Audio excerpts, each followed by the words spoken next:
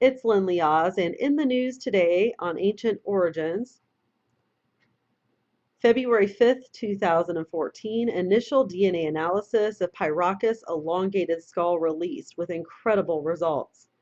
It says Pyrrhocus is a desert peninsula located within the Pisco province in the Ica region on the south coast of Peru.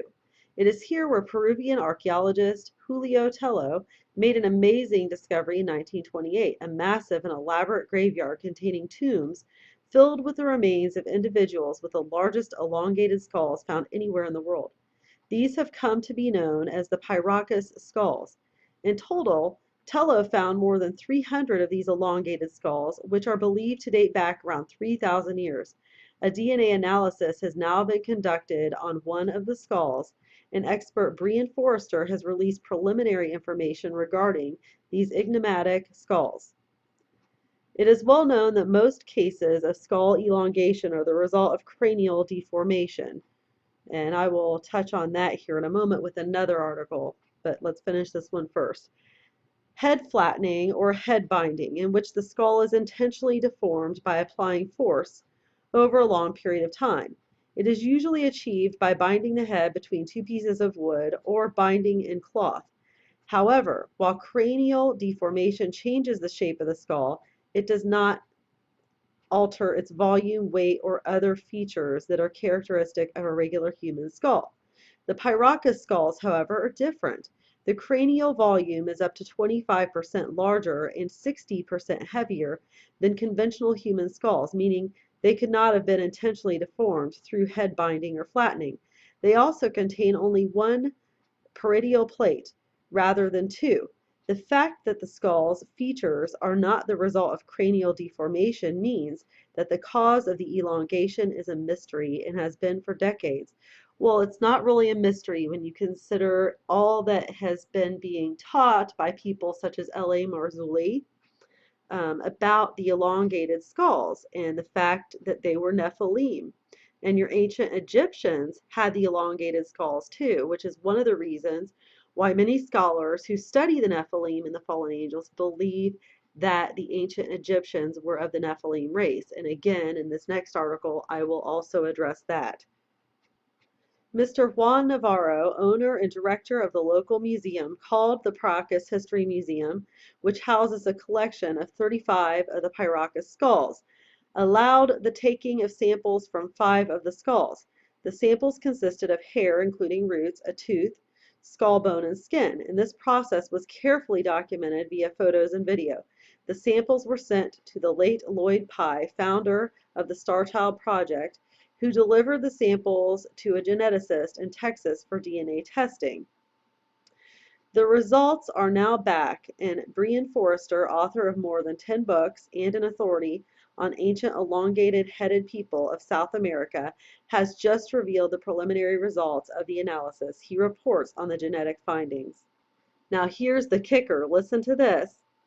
It had mtDNA, mitochondrial DNA, with mutations unknown in any human primate, in any human, primate, or animal known so far, but a few fragments I was able to sequence from this sample indicate that if these mutations will hold, we are dealing with a new human-like creature very distant from Homo sapiens, Neanderthals, and Denisovans.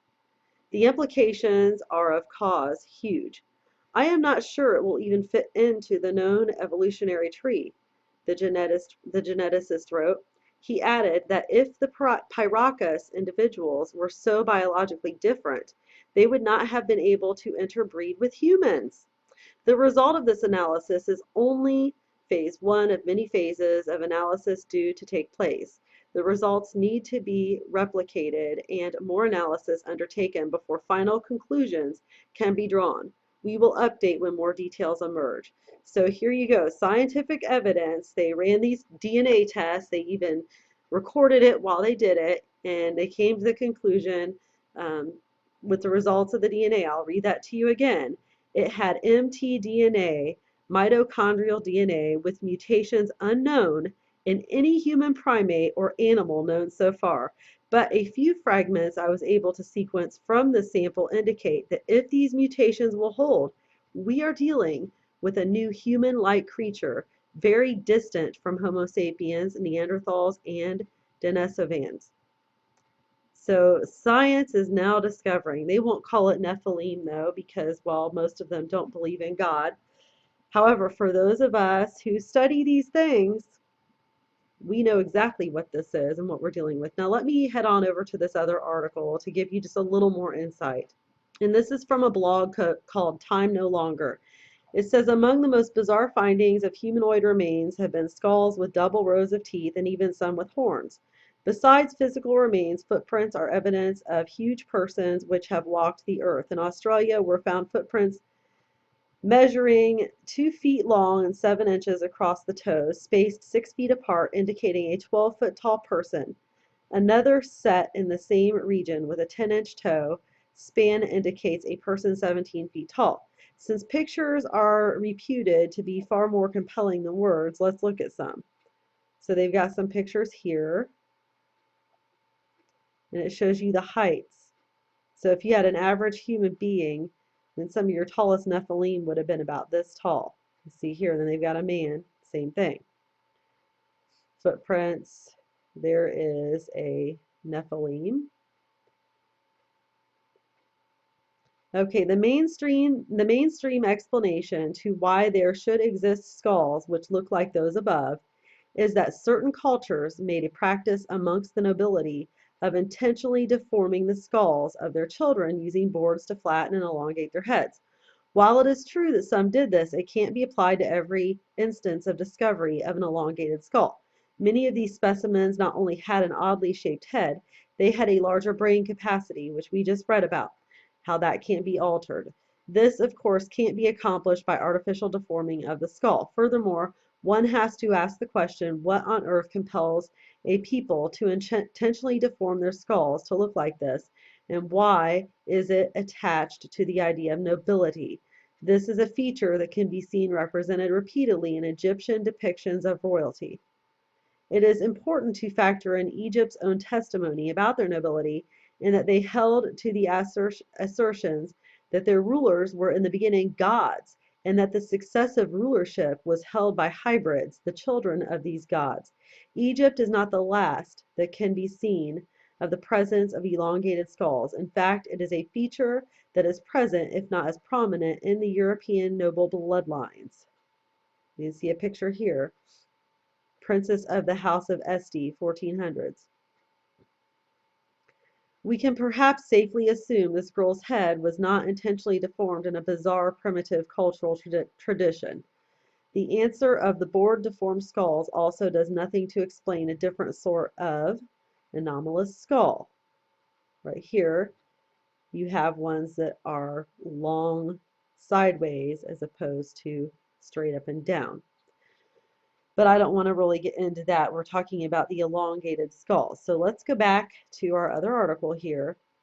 I mean, this is amazing. They have done a DNA test and proven that these were not humans and that there was no part of human in them. They could have only, um, cohabited with one another. Their existence was with one another, and they procreated with one another. As it said down here, let me go find it again. It says the implications are of cause huge. I am not sure it will even fit into the known evolutionary tree, the geneticist wrote. He added that if the Pyrrhocus individuals were so biologically different, they would not have been able to interbreed with humans.